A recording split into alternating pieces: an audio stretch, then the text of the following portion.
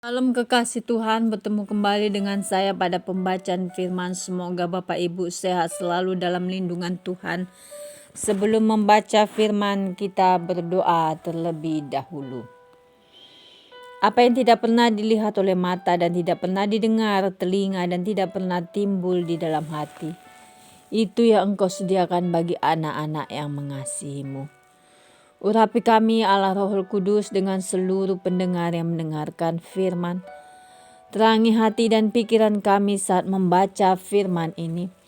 Kami mulai pembacaan firman hanya di dalam nama Tuhan Yesus yang maha ajaib, maha dahsyat, maha mulia. Haleluya, amin. Ibrani 4, hari perhentian yang disediakan Allah.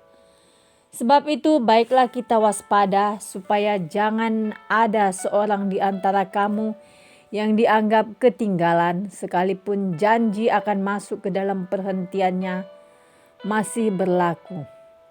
Karena kepada kita diberitakan juga kabar kesukaan sama seperti kepada mereka.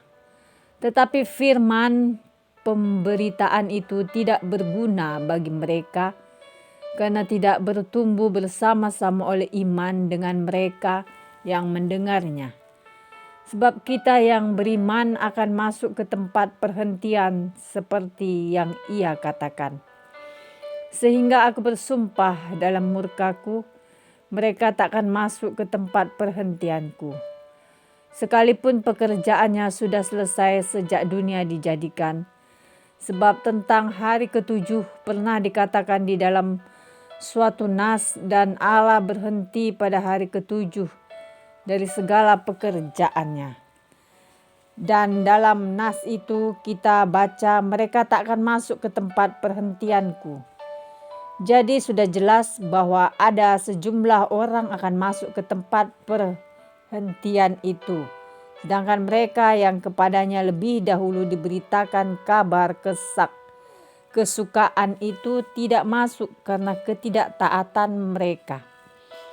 Sebab itu ia menetapkan pula suatu hari, yaitu hari ini, ketika ia setelah sekian lama berfirman dengan perantaraan Daud, seperti dikatakan di atas.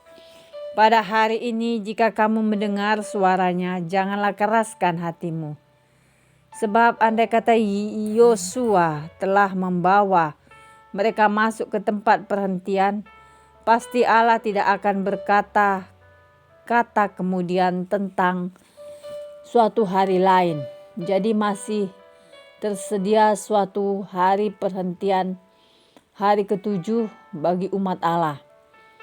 Sebab barang siapa telah masuk ke tempat perhentiannya, ia sendiri telah berhenti dari segala pekerjaannya, sama seperti Allah berhenti dari pekerjaannya. Karena itu, baiklah kita berusaha untuk masuk ke dalam perhentian itu, supaya jangan seorang pun jatuh karena mengikuti contoh ketidaktaatan itu juga. Sebab firman Allah hidup dan kuat dan lebih tajam daripada pedang bermata dua manapun.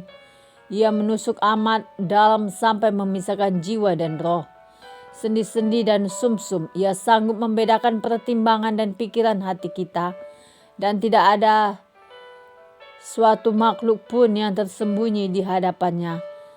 Sebab segala sesuatu telanjang dan terbuka di depan mata Dia yang kepadanya kita harus memberikan pertanggungan jawab.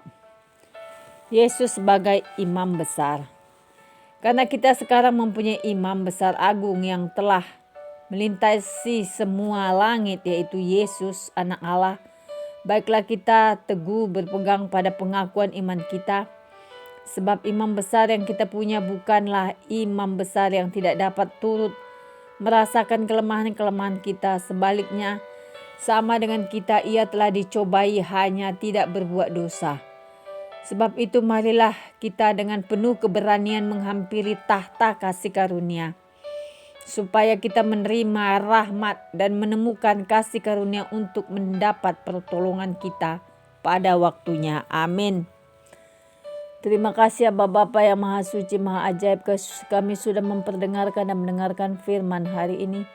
Berkati para pendengar channel YouTube ini, berikan kesehatan, rezeki, kekuatan iman yang baru dalam menjalani kehidupan hari ini. Kuasa darah Yesus membungkus kami untuk terus maju, membaca, merenungkan, serta melakukan firman-Mu. Bawa kami terus ya Bapa untuk mengalami kasih mula-mula yang daripada Engkau ya Tuhan. Kuatkan, teguhkan setiap kami ya Tuhan. Bapa di surga, Roh penolong, Roh penghibur, Roh yang mengingatkan kami banyak hal. Urapi kami agar kami kuat dalam menghadapi masalah problema kehidupan ini. Kami keluar sebagai pemenang di dalam nama Tuhan Yesus. Immanuel El Shaddai, haleluya, amin.